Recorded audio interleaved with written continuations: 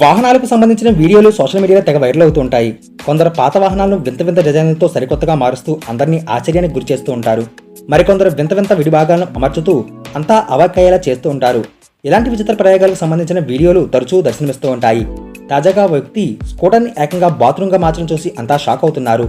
ఈ వీడియోను చూసిన వారంతా ఇదేం ఐడియారా బాబు అంటూ కామెంట్లు చేస్తున్నారు.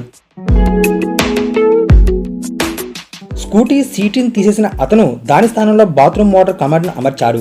కేవలం కమోడ్ ఆకారం అనుకుంటే పొరపాటే. నిజమైన కమోడ్తో ఎలాగైనా నీళ్లు వదులుతారో ఇందులో కూడా నీళ్లను వదిలేలా ఏర్పాట్లు చేస్తున్నారు.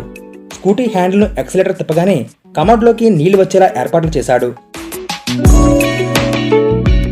ఫైనల్గా స్కూటీ కమోడ్పై కూర్చుని రోడ్డుపై రయ్యిన దూసుకుపోతున్నాడు.